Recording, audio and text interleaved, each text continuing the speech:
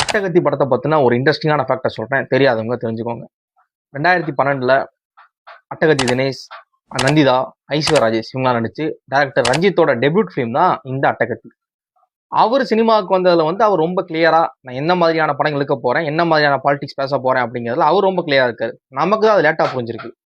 இந்த படத்துல பாத்தீங்க அப்படின்னா இந்த படத்தோட கிளைமேக்ஸ்ல வந்து அட்டகத்தி தினேஷ் வந்து அப்படியே ஓடிக்கிட்டே இருப்பார். படத்தோட கிளைமேக்ஸ் பார்த்தீங்கன்னா ஒரு இடத்துல ஓடிக்கிட்டே இருக்க மாதிரி மாண்டேஜா இருக்கும்.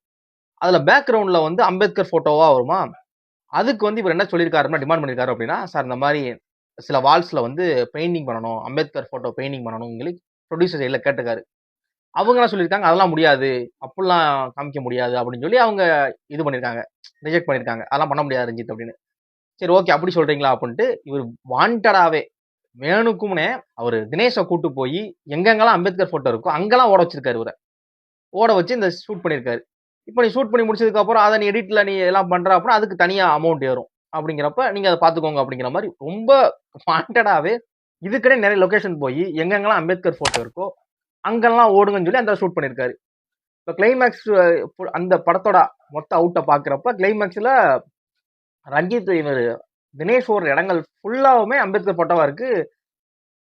ப்ரொடியூசருக்கு என்ன பண்ணனே தெரியல. இதை சிஜி எதுவும் பண்ணோம்னா அதுக்கு தனியாக ரேட் ஆகும் அப்படின்னு ஒரேடியா சரி வேண்டாம் விடுங்க, எதில் பண்ணிட்டீங்கல்ல அப்படியே படத்தை வச்சுக்கோம் அப்படின்ட்டாரா. ரஞ்சித் வந்து எனக்கு வேணுங்கிறதா பண்ணிட்டேன் அப்படிங்கிற மாதிரி சந்தோஷப்பட்டுக்கிறாராம். இது உங்களுக்கு எத்தனை பேருக்கு தெரியும் தெரியாது அப்படிங்கிறதையும் தெரியாது அப்படின்னா உங்க ஃப்ரெண்ட்ஸ் அண்ட் ஃபேமிலிக்கு வீடியோ ஷேர் பண்ணுங்க. தேங்க்ஸ் ஃபார் வாட்சிங்.